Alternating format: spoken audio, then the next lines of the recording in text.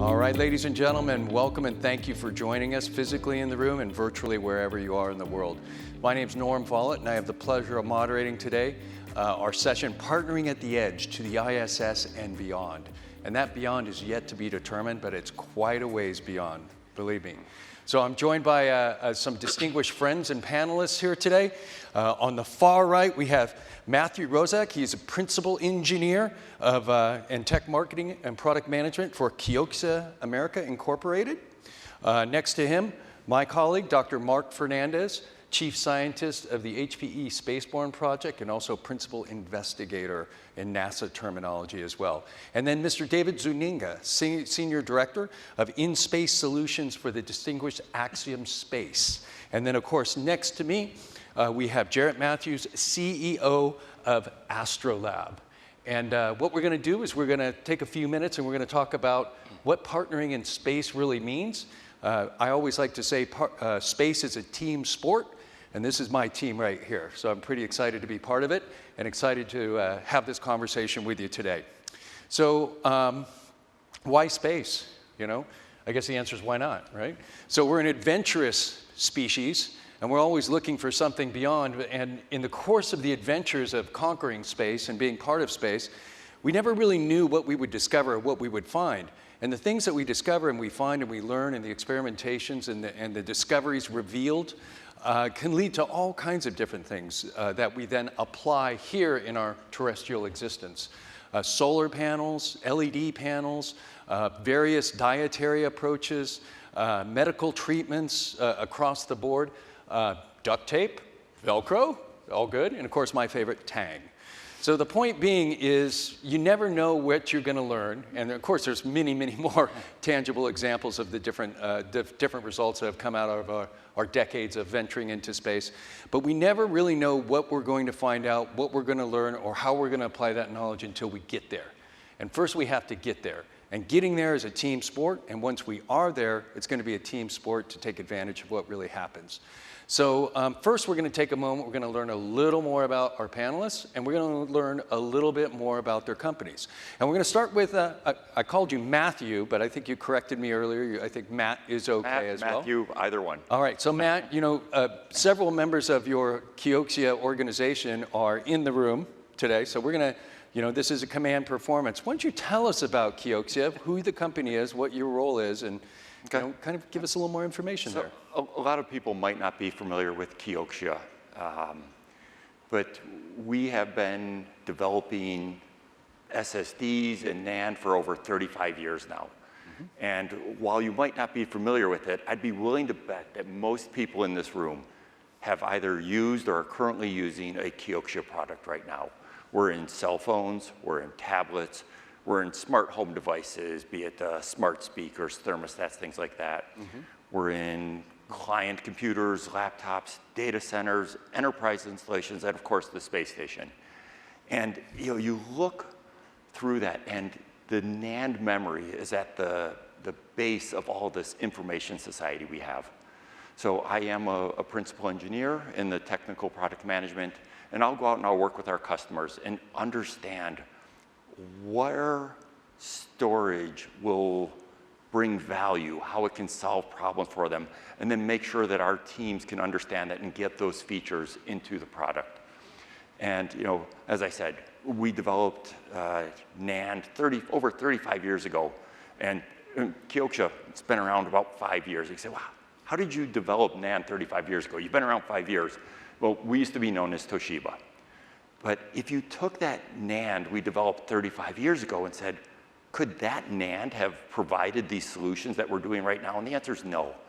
But it's through 35 years of continuous improvement on that technology, developing it, that you finally get to the point where it can, you have access to it, and it can bring about these paradigms in a compute environment that just weren't possible before. Mm-hmm. So, you know, it just has been a whole shift in that.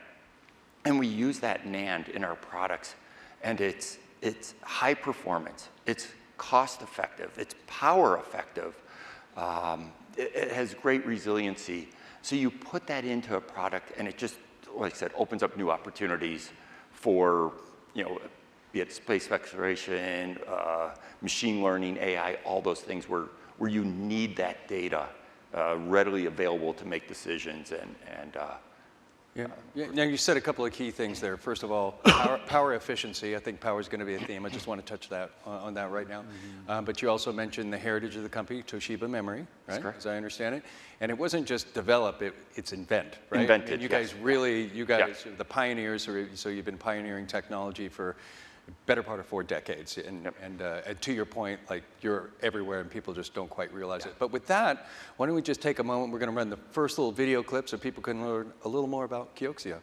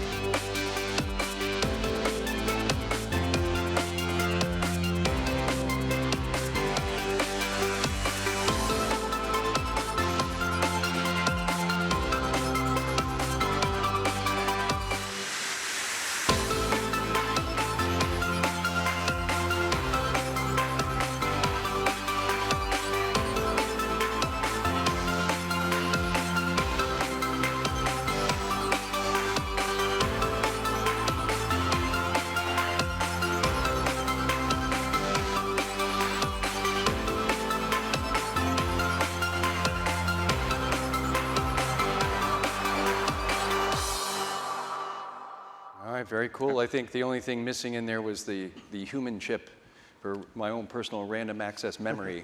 but I'm sure that will be available soon. Well, thank you very much. Yep. And now let's move on. I think you guys may have heard of a little company known as Hewlett-Packard Enterprise, a little bit of a startup coming out of Northern California. But with that, obviously we're a large organization. And Dr. Mark Fernandez is our Chief Scientist of our Space Technologies and Solutions. And so, Mark, why don't you tell us a little bit, not so much about the company, but more about your role and a little bit about the Spaceborne project that you lead. Sure. So in 2014, I was the Chief Technology Officer of Silicon Graphics Incorporated for the Americas. And one of our largest customers was NASA, buying supercomputers from us. And I'd visit them often and talk about the newest technology, the newest memory, the newest storage, the newest processors, et cetera. And visionaries at NASA Ames said, we're not going to be able to do our mission from Earth when we get to the moon and Mars. And could you do a little experiment for us? Could you see if you could take one of our current high-performance computing nodes and get it on a rocket? We don't know how to do that either. You go figure it out. Will it survive the shake, rattle, and roll of launch? Okay, that's not something we normally test for. And if we got it up there, could astronauts install it, and would it work? And if it worked, would it give the right answers? And how long would it last? And so in 2017, a short 3 years later, we launched Spaceborne Computer 1 into space. We submitted some benchmark results to some standard high-performance computing lists, and one of them had a star by it, and it said, "First off-Earth results ever received." Oh, nice. That was pretty fun. So it was 100% success, and we returned to Earth in 2019. And before we return to Earth, that's a NASA term when your payload comes back to Earth. Before we splash down, NASA asked us to go again and take twice the compute and twice the duration out to the duration of about 3 years, which would mean a mission to Mars and back. And so that's Spaceborne Computer 2. And that's what we have now out there. So. Yeah.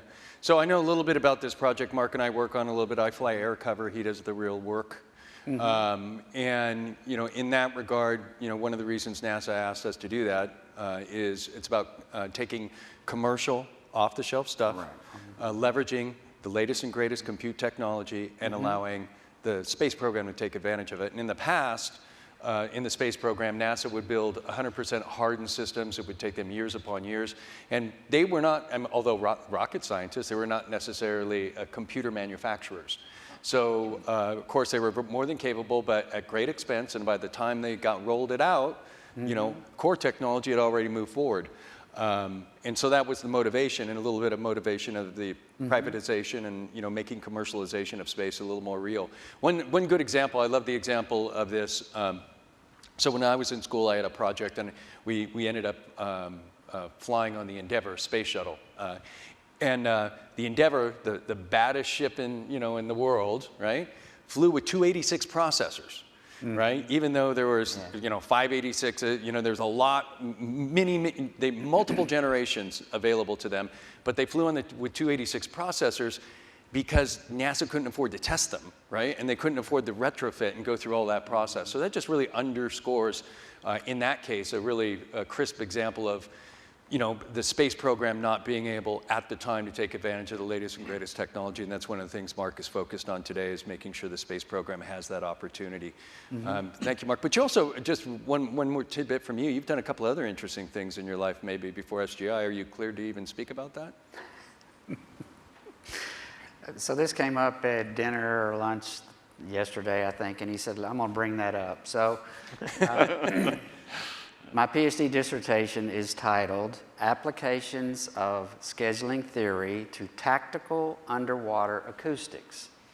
I was working at the Naval Research Lab at the time, and so let me translate: tactical, Department of Defense; underwater, submarines; acoustics, ping, ping, ping. So it was veiled as anti-submarine warfare software. So let me ask, has anyone seen, read about, or heard of any Russian subs anywhere near the coast of the U.S.? No. It was a pretty successful program. And in order to do that, I needed supercomputers. Yeah. Okay, and that's what got me into supercomputers and joined SGI, and from there, the NASA and Spaceborne. All right, thank you, Mark. Okay. That's pretty cool, and thank you for your service in that regard. So I appreciate that. Yeah. So now our next friend, David Zuniga, Senior Director in Space Solutions. That's a very cool title. And Axiom Space, you may have heard, they've just come off their second successful mission, So he's doing a little bit of a victory lap, I think, well-deserved. So why don't you tell us a little more about who Axiom Space is and your role? Yeah, absolutely. So Axiom Space is building the world's first commercial space station. Why is that important? Our space program needs to survive. The International Space Station is deorbiting sometime around 2030, and we are its successor. And we want to make sure that we are developing markets that are evolving today in low Earth orbit economy. Those are pharmaceuticals and space manufacturing, anything that you can utilize the microgravity environment and also the vantage point from space. The other big part of that is that we put humans on board this spacecraft. Our genesis, our heritage, really comes from putting humans in human spaceflight, and that's where our leadership staff and our staff really kind of gels around. So we're unique in that we're developing the spacecraft, putting humans there, and really kind of evolving these use cases on why humans go and explore, and then that sort of sets the stage for us exploring the solar system further and further. A little bit about my background is I have really kind of designed systems that help people survive in extreme environments and help them to go explore further and further in space. So developing life support systems, developing vehicle systems, and making sure that astronauts are safe. But one of my things that I've really kind of focused on in the last, I'd say, 10 years is really trying to develop that low Earth orbit economy. We have great government programs that help us to explore and do research and find out more about the universe. But one of the critical elements that we miss is helping develop a sustainable method of keeping and developing systems to go forward. So one of the ways to do that is developing an economy around that. So if we can buy, sell, and trade goods in an economy, we think that there's a way that we can continue to have space stations do what they do, provide utilities, provide power, provide spaces for people to go, and then have commerce so that we can also replicate that on the moon, Mars, and beyond. Yeah, very cool. Now, all of that was as part of NASA, part of your career. That's right. Yeah. I think, were you even part of the ISS National Lab? I was part of the ISS National Lab. So this is interesting. That's where you guys met, right? Yeah. You supported. I didn't realize it at the time, but I was talking to this company that's called SGI. There was a chief technology officer. I didn't really think about who it was.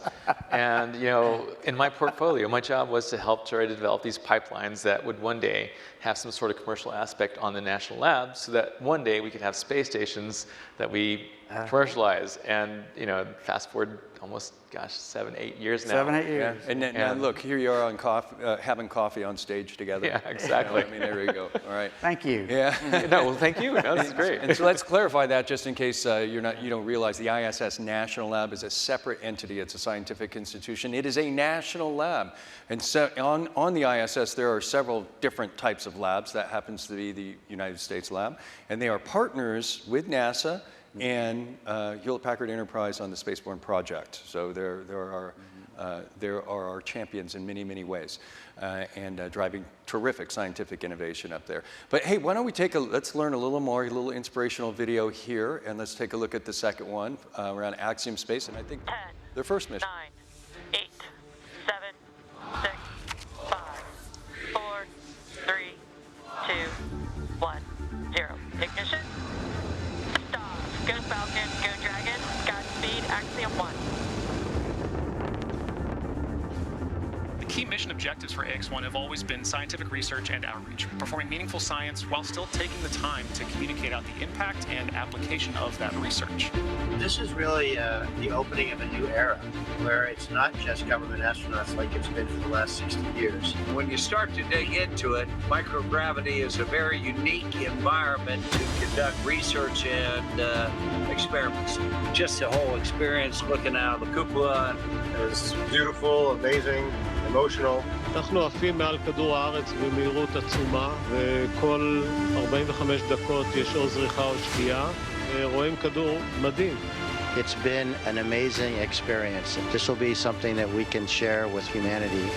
After 17 total days in space, 15 of them aboard the ISS, we are in the final phase of a journey that has covered more than 240 orbits and 6.3 million miles. There's our first view of Dragon Endeavour re-entering the Earth's atmosphere with the Axiom 1 crew. We can confirm that the Dragon capsule has splashed down. To the crew of AX1, well done.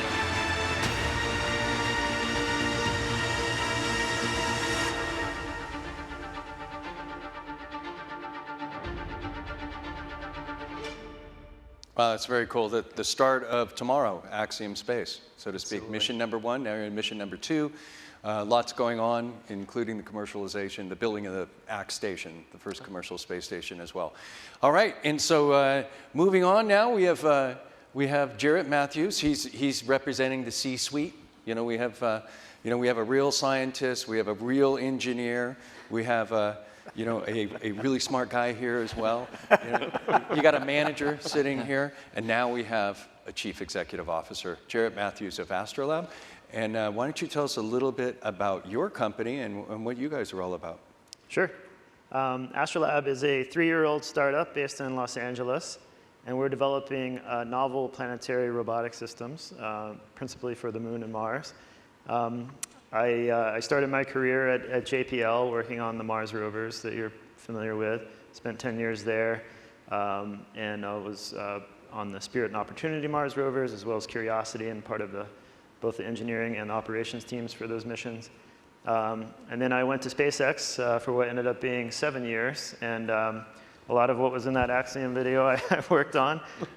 Thank you. I ran the Dragon mechanisms team, so we developed the docking system, the hatches, and things like that.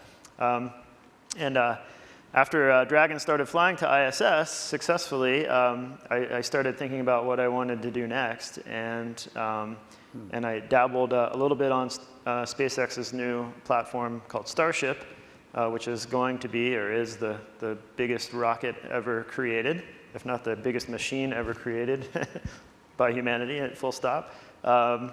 And that vehicle is unique, and it's in that it's able to lift 100 tons to orbit in a single go, and it's going to be fully reusable. So it's going to really change the economics of what's possible to do and the scale of what you can do in space, not only in LEO, but also on the Moon and Mars.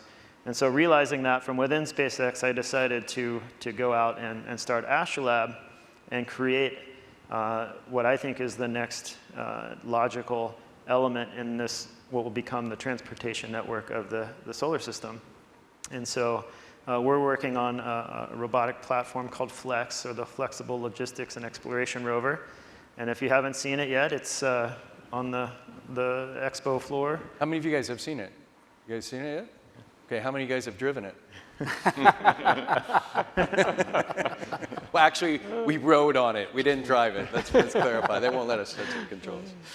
You can all virtually drive it in the expo room. We have a VR set up as well. You can drive it on the Moon, which is kind of a stomach-churning experience in 1/6 gravity. But so FLEX is really designed to be the last mile transportation solution for the lunar surface.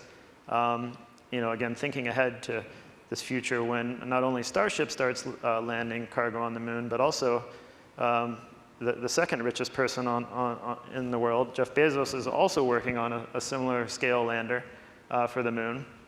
And interestingly, both Elon and Jeff Bezos's investments, which are tens of billions of dollars, is being matched by NASA. So there's like more than $20 billion being spent right now to develop the long-haul transportation network to the Moon. And what we're doing at AstroLab is focusing on the last mile. So assuming those vehicles start flying soon, we think all that cargo is going to need to get out, set up, distributed, and maintained. Yeah, you need wheels when you get there. Right. That's the bottom line. So this is going to be interesting. Jarrett, if you could, we're going to ask you to narrate your own film. Okay. Right now. Yeah. Okay. So maybe add some highlights here. So let's go ahead, Tate. There's our friend Flex.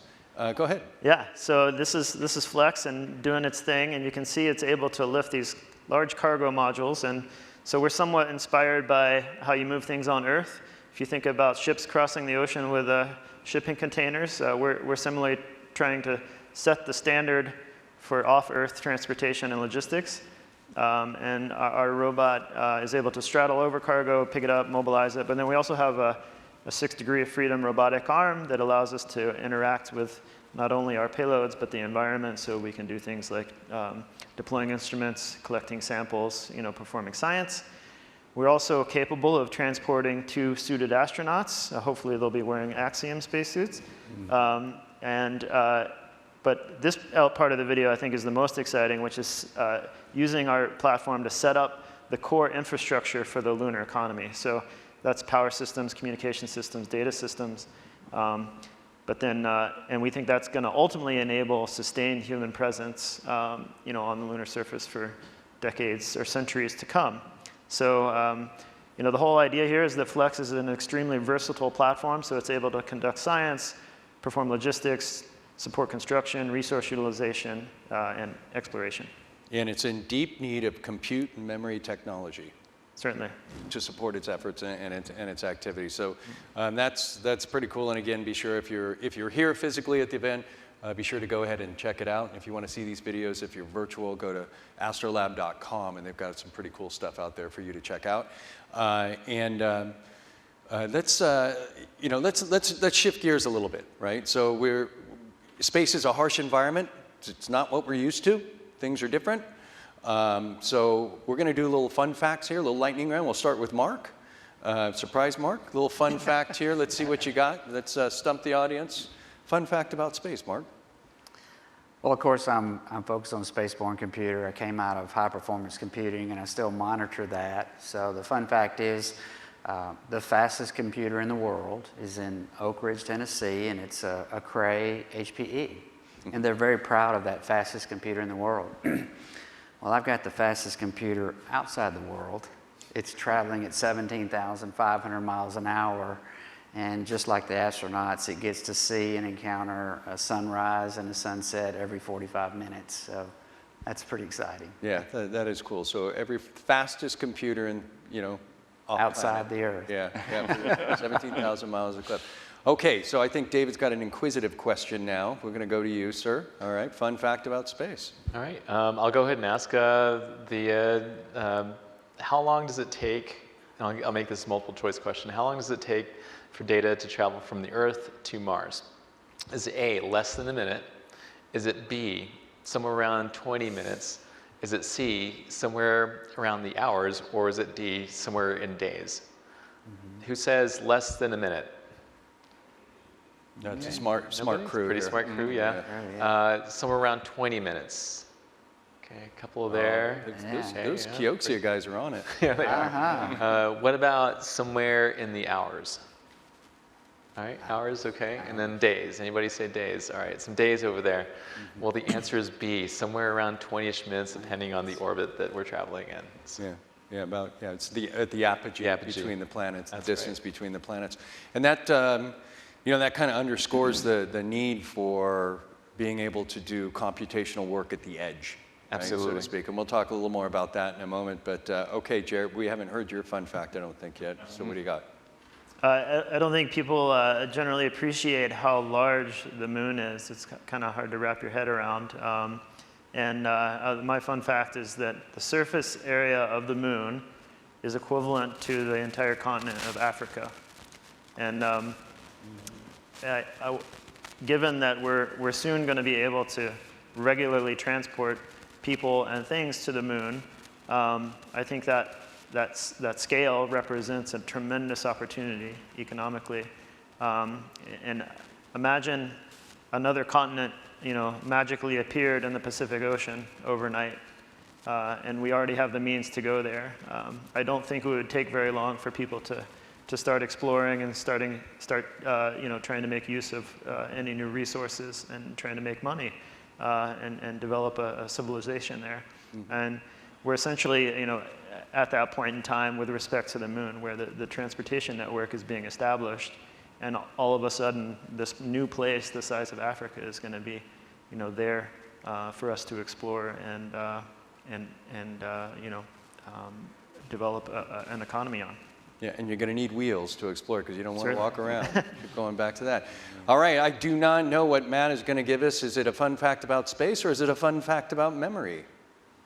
Well, I was going to say that, you talk about all these things where you need this computing up there. And SSDs bring an advantage. You're going to need storage. Right now you have a choice of a hard drive or an SSD. And, hard drives, just, this rotating thing, you have to really worry about shock and vibration. So an SSD definitely wins there. Then you get to what is the capacity? And you can look at a 3.5-inch hard drive, and that's somewhere you might be able to touch a 20 tib on that. Well, you can go into something that's a E3 form factor, much smaller, and you can get 30 tib. So you get more bits of storage with less capacity, better shock and vibe, and the thing is, I'm sure you guys are concerned about how much weight. So you can get an SSD, not even looking at what that capacity is per pound, but an SSD is going to be a quarter to a third of the weight. So it's just so much more advantageous to have an SSD going up there in terms of all the environmental conditions and other things that you have to deal with. So when it comes to storage and memory, SSDs are just a great choice. So I will throw in a quick fun fact here. My degree is actually aerospace engineering, and all those things you rattled off. You're an aerospace engineer? My degree is in aerospace engineering. Okay. All those things you rattled off in the beginning, as far as how the advancements that space puts you into, you learn things, just putting yourself into what do we need to get there and how does it benefit us on Earth is what attracted me to that. So, coming full circle around, being able to say, yeah, I can see that benefit. And even now, all the things we're doing, how on Earth will benefit from all those learnings is also, really important. Well, welcome to space exploration, yeah, sir. This is the closest I'm getting. All right, so I mentioned that word edge computing, the term, if you will. And I think, Mark is our computational scientist here. You've spent a lot of time looking at the evolution through the course of your career of compute technology. How has edge computing really kind of evolved, and now it's, first of all, maybe define it a little bit for everybody quickly, and how's it evolved, and what's its significance for what we're talking about here today? Sure. So let me go back to the 2014 timeframe and relate to what you were saying, for example. SSDs were expensive back then, and we didn't know that much about them, et cetera. So as we're designing Spaceborne Computer 1, we looked at the NASA requirements. And we read the testing that you would have to go through if you put in a spinning disk and the angular momentum could potentially affect the navigation of this $100 billion craft. And we decided not to use that and even go through that testing and qualification, so we went with the more expensive SSD. So another reason for it being a good choice. It is a very good choice. SSDs don't steer spacecraft. They don't throw it on, and it's less testing I've got to go through, right? Yeah. So again, in 2014, you've got giant data centers. There's global competition among all the nations to have the biggest, fastest supercomputer, et cetera. And about that time, this thing called the cloud was evolving, right? And the cloud's coming along, and then there's a big push. We've got to put everything on the cloud. Everything's got to go to the cloud. And companies and governments, et cetera, are doing that enthusiastically and finding out, well, wait a minute, some of that's not going to work out the way. Some of it we need on-prem. And then, oh, by the way, we've got these devices out here that aren't in our data center, but we need to communicate with them, right? And the internet wasn't free at the time, and so you had to think about things like that. So the philosophy that I advocate now is to not push to the cloud and not push to the edge, but to look at your workflow, and there's a good balance. And the name of the conference is the Edge to Cloud, right? And I think it's cloud to edge and back to cloud. It's a cycle, and we've got a great example with the human genome experiment. Right. I was just thinking of that myself. Yeah. So very quickly, the human genome or any genome is a massive amount of data, but the scientists are only interested in the mutations, which are tiny. So you collect this data, whether it's from an astronaut or the lettuce that he's grown or from some mold growing in the corner of the bathroom on the International Space Station. You want to know, what the heck is this? Ew. There's a genome sequencer up there, and you get massive amounts of data. We can run the software to find the mutation. The mutation is tiny. It's 30,000 times smaller than the entire genome. So that's 30,000 times less the bandwidth to get down, and it goes down 30,000 times faster. But it goes to the cloud, and the cloud has access to all of the massive databases out there for all of humanity. So this genome mutation can be compared to the databases of the National Cancer Institute, the National Institutes of Health, et cetera, et cetera, et cetera, and find out that you may be developing bone cancer. You may be developing some other anomaly. The cloud provided that to you, and the diagnosis is tiny. You may have this cancer coming, et cetera. That can be sent back up to the medical folks on board, the spacecraft or the lunar habitat or the Mars, and begin to take appropriate action. So it's that loop and that balance between cloud and edge where I think we can really push humanity forward.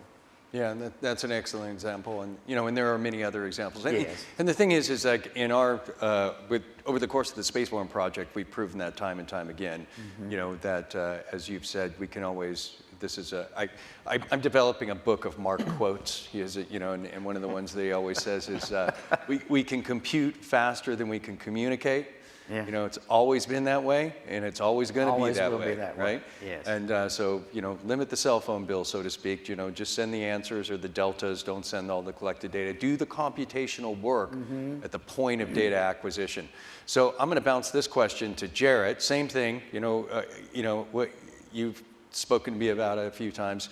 Value of edge computing and how important is it really going to be, in the exploration of planetary bodies? Well, yeah, I think it's going to be an enabling,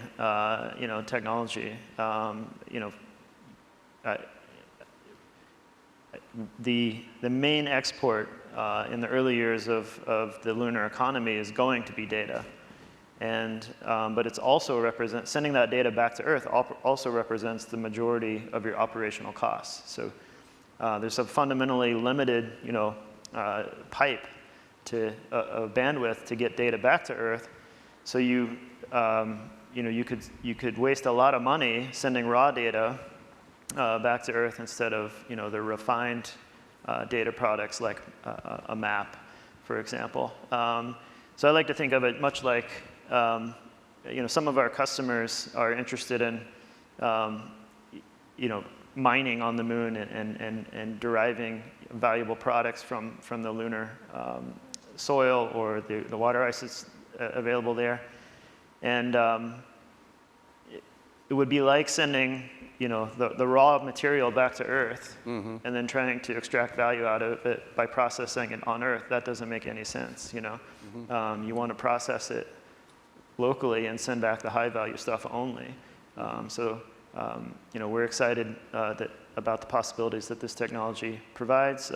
We actually have a mission to the moon in 2026, and I think edge computing is going to be an attractive offering for our customers in terms of them helping them achieve their goals on the surface as well. Yeah, so let's elaborate. You said something very key there. We have a mission in 2026. You guys have a couple of different strategies as a company. One is private missions, the other is public missions. And on the private side, sign contract and deal to fly on one of the 3 SpaceX missions to the moon. So it's going to happen, and it's going to go there. And Hewlett-Packard Enterprise, speaking of partnering in space, has expressed and signaled, our commitment to do our very best to be on that mission with them. We've got some gymnastics to go through, technical, business, all that type of thing. But we want to partner with them in space and make them and their customers who are buying payloads and you're going to be moving equipment and gear and all that to have that computational capability. And then, of course, in the theme of partnering in space, we need to store a lot of information on that system, and that's where our good friends at KIOXIA, who is hosting this session today, by the way, which we very much appreciate, that's their piece, and that's where that comes in. And then, of course, our astronauts have to be warm and safe and able to breathe, and et cetera. And Axiom Space has a couple of major contracts, right? Not only with the space station that they're building, but also with the spacesuits. And we believe those spacesuits are going to have a series of sensors and devices doing different types of measurements as well, Flex Rover, and all of these things we hope and we plan will be communicating and stitched together on our Spaceborne system that we hope we'll be riding in, as one of my colleagues says, riding around in the buggy, so to speak, and storing on KIOXIA. So a little bit of the theme about the partnership in space and where our, the expertise and where these different things really kind of all come into. So our audience, both at home and here, we always work on projects together. And you start one project, and maybe particularly in space, it's more pronounced that you go after different challenges, and it's a series. Success is a series of challenges. I think that's true with all projects, but particularly around computer science and technology, you often start doing one thing and then something else, it completely reveals itself and it changes the whole dynamic, and the arc of what you're going after. So I'll ask David this question, in the course of either your current job or your career, surprise learning, something that just fundamentally changed the game for you. Do you have a good example of that? Yeah, no, definitely. So, I've kind of been at this for a while, and it was no surprise to me that data is important. We're taking humans to space. We're putting a spacecraft into orbit. We're maintaining it. We're operating it. So inherently, there's a lot of data that we have to make sure that we collect to make sure that spacecraft is safe, the $100 billion asset is safe. And then we're kind of coupling on top of that use cases where we're formulating markets around pharmaceutical development. We want to develop materials that have defect-free properties. And so these are really hard things to do. But then we also want to manufacture those things in space, and that's really where the return on investment is for the future. So flying payloads today, flying crew also today, and then flying those things so that we can develop the technologies to then do the things that we need to do in orbit. So factory or a sort of a utilities sort of space park in orbit. And so those are hard things to do. And I thought, well, okay, of course we need data. Data is really important. Some quick facts. We have a $5.9 billion system called TDRS, the Tracking Data Relay Satellite System. It has about 12 satellites in the constellation that supports all of the near-Earth object sort of data that we collect. So that's how satellites and spacecraft communicate. That's right. That's how satellites, spacecraft communicate, and that's how we get all that data back today. It transmits, 640 megabits per second, and it costs about $140 million to maintain. So back to your point and your point, it's expensive. And today, we're leaving data on the table every day. We could generate about 11 terabytes of data per day. So we couldn't possibly send all that through this small pipeline. So when I think about it, we can advance and kind of push physics to the limit, and we're trying to do that through optical communications. We use radio frequency today. But we can try to tweak the sort of physics end of how we transmit data from point A to point B. But the other thing that we can do is we can do in-space processing. We can take all the data we want to do for in-space manufacturing, pharmaceuticals, human spaceflight. People want to do new things that we didn't expect to do, like have all these media sort of appearances. They want to share their experiences as they fly as private astronauts. When you talk about the government crews, they're really following the rules by the books and not reaching out to people. They don't have cell phones. They don't have ways or followings to communicate back on Earth. They have a very clear chain of command that they follow through, and data is very limited. But when you bring regular people up to space, you see all those things sort of to flourish.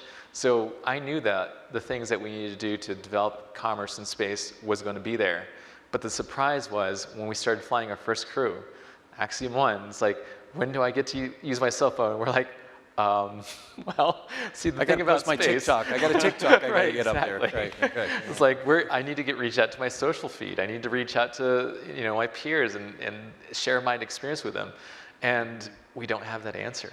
We're building that answer. We're building in relationships and partnerships with you guys to make sure that we have that edge processing in place. So in the future, in our space station, we can facilitate all the things I talked about before, but also the humans. The actual people that want to go fly. And that is a paradigm shift on how we're going to look at the future of spaceflight. Yeah, and maybe this is, I shouldn't bring this up, but I'm doing it anyways. Didn't you guys make a deal with a champagne company as well? We did. And again, it's just kind of sharing that human experience. When I have champagne, you pay a lot of money for that ride. That's right. A little toast, right? Champagne, there's other things on the horizon. Tang just wasn't going to do it. Well, no. I think champagne was definitely a part of the... All right, so I think this is a fun question. So same thing to you, Matt. Something that just you went, oh, really? Well, I don't know if there's an oh, really, but you just look at, we have data. Everyone's talking data, but there's data, there's knowledge, and there's wisdom. And the really important thing is... You sound like my dad now. Oh, man, I'm not... Are you... It really comes down to that time to information, right? And that's what you want. There's certain information you need because it's critical. But at the same time, we grow up, we identify patterns in things, and just as humans. So you're always looking for a pattern. You see something, this is good, this is bad. You know how to react. But there's times after the fact, you'll say, why didn't I see that? What did I miss? I made the wrong decision. So while we have all this edge compute going on, there's going to be things later down the road. You're going to say, why didn't we see that? It's no different than a football team looking at a game tape or something, right? Having that data, there's information in there. There's learnings from it that we need. So you need to store it. Because, we do develop things within a certain paradigm. No one would have thought about AI and machine learning actually coming to fruition because it didn't have the whole compute infrastructure to deliver it. So now we're at the spot where you have certain algorithms that can go through, look at data sets, identify patterns. You're saying, okay, let's get that. But you're going to miss things. You need to get those back. You need to churn through them, tweak your model, see if you can identify what was the pattern that we missed. And so without having that ability to have vast amounts of storage from all these sensors, because as humans, we're not going to be able to look and process all that data fast enough because we're not in those areas. Those areas are critical for us, but we're not there.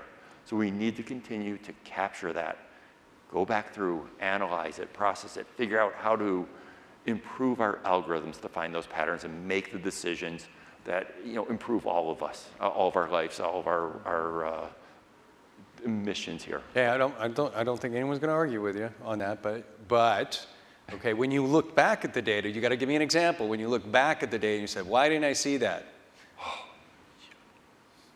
Oh man, I don't know if I want to go back that far in my career. I was actually in. People tend to look where they're focused and see only that. I got you, don't you? Okay. That's all right. I'll let you off the hook. This will end, and you go, "Oh, now I know." I know exactly what I did wrong. I know. Okay, all right. But it really, there was something early in my career where I was told, did all this stuff work? And I ran all these tests overnight. I came back. There was no failures. Or I looked at the tests that had failed, and I went through and said, "Oh yeah, all these are right. All these failures are expected." There were 4 tests that should have failed that didn't, and I didn't look at those. So it forced me to not only say, what changed, did we expect that change, but what didn't change, and we should have expected it. So, Okay, that was close. I'm going to accept that answer. All right, I'm going to accept that answer. Mark, question to you, something that you went, what the heck? Yeah, exactly. Now, it's not widely known, and we certainly did not know this as we were beginning Spaceborne Computer. But I'm a computer scientist working on high-performance computing, and you network into the data center, and occasionally you'll lose network connectivity, and it's an irritant, but it doesn't happen that often because these are very vital national resources. But David here mentioned TDRS. So we finally get online. We're live to our computer on the International Space Station, and we're given access to the very confidential, what they call Optimus, the Optimal Planning Timeline Utility System. And it shows you 24 hours of when you'll have connectivity and when you won't. And I went, what? And it's not every month or every couple of months, every day, for dozens of times a day, there is no connectivity to the International Space Station.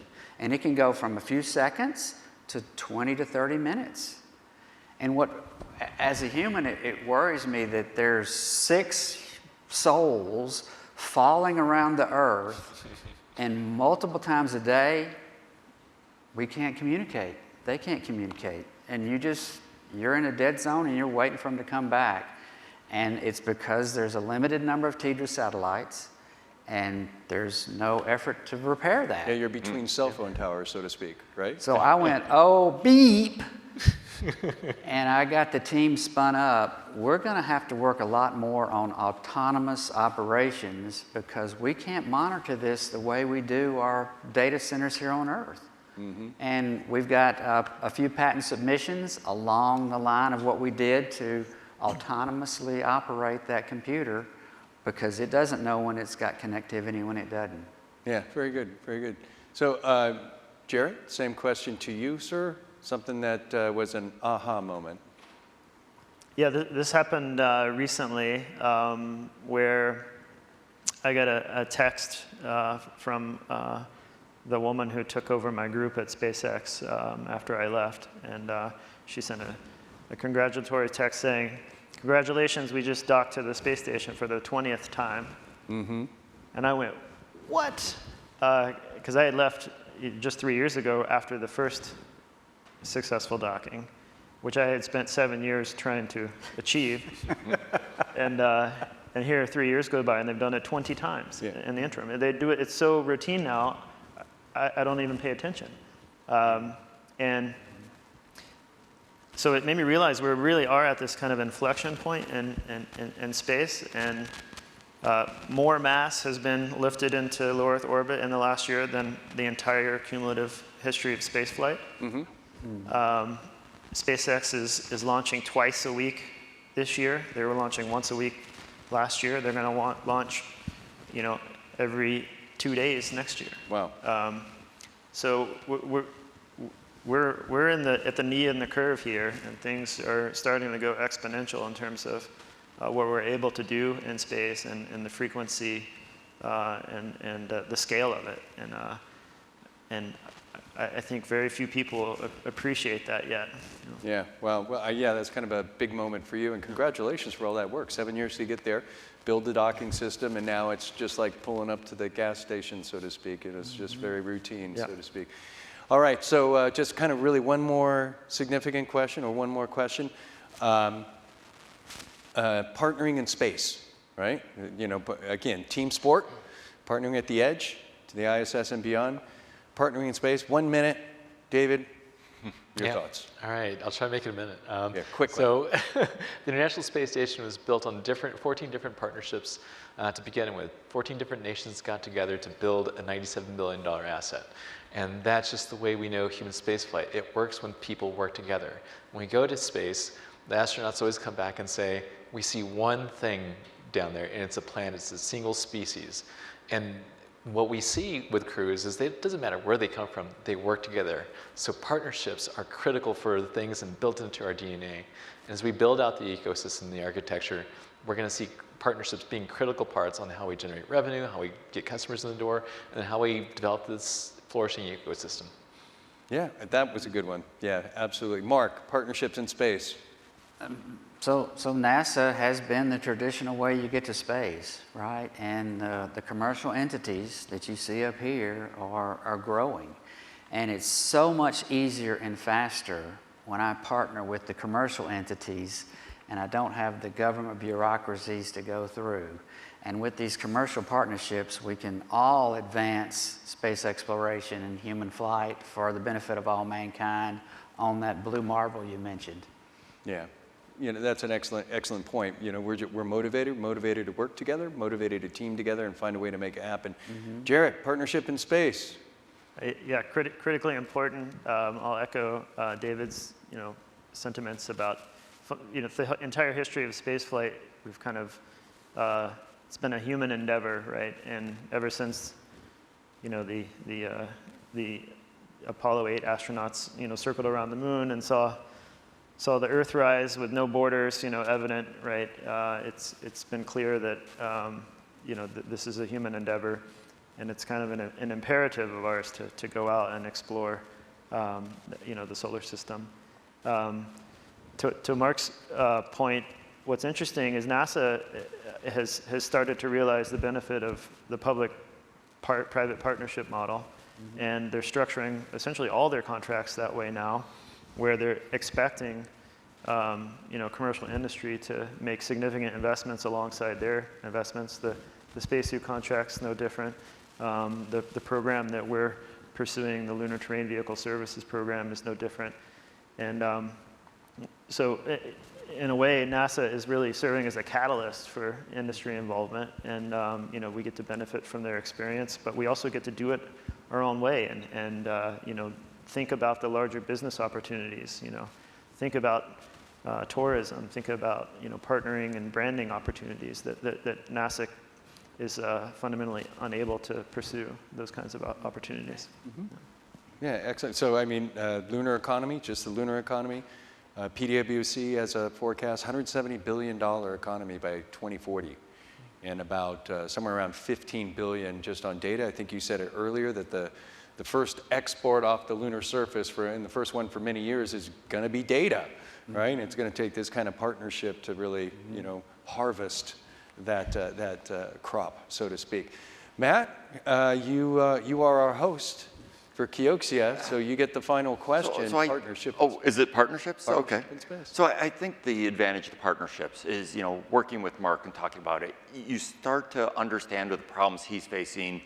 And when you have this diversity of thought, he's discussing a problem, I'm discussing it, we work together, and it just expands what you can look at and what you can solve.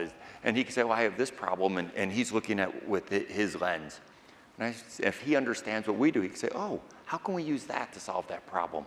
So the more heads you have looking at it and trying to solve that common problem from their components and what they do, can bring solutions together that can really help move things along versus him trying to solve it in his vacuum.